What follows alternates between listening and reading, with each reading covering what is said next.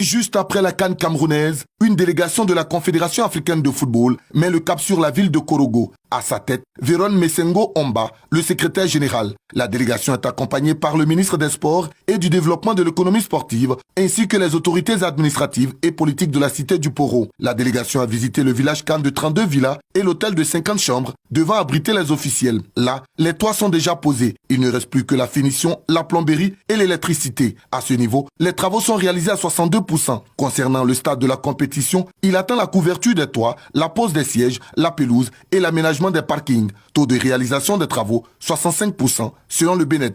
Une avancée qui satisfait la CAF. Ce que je vis, c'est encourageant.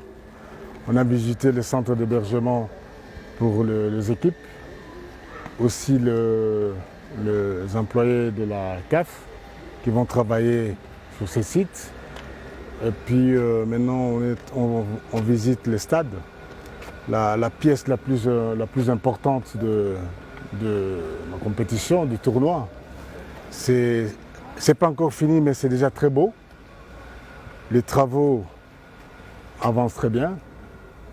J'espère que le rythme continue. Si un peu plus, ça fera pas de mal.